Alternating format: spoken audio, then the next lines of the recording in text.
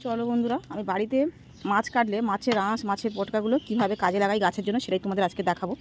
তো প্রথমে একটা গাছের গোড়া সাইডে এভাবে সুন্দর করে খুলে নিতে হবে। কিছুটা দেখো এভাবে আমি অল্প করে কিছুটা, যাতে শেকড় পছন্দ রয়েছে এখানে এতটুকুই খুলে নেবো। প্রত্যেকটা গাছের সেমে একইভাবে খুলে নেবো। সাইডে পেয়ারা গাছের গোড়াটাও এক সাইডে খুলে নিলাম।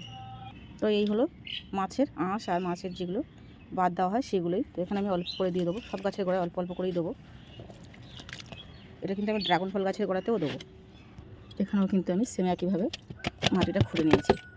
এবার এই মাটিগুলো সুন্দর করে ঢাকা দিয়ে দেবো। কামরাঙা গাছের গোড়াতেও কিছুটা দিয়ে দেবো।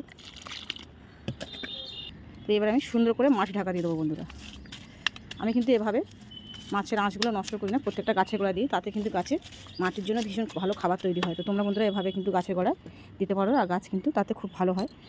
এগুলো নষ্ট না করে যদি গাছের গোড়াতে দিয়ে দিই তাহলে খুব সুন্দরভাবে মাটিও তৈরি হয়, আর মাটির খাবারটা কিন্তু একদম ভরপুর থাকে বন্ধুরা।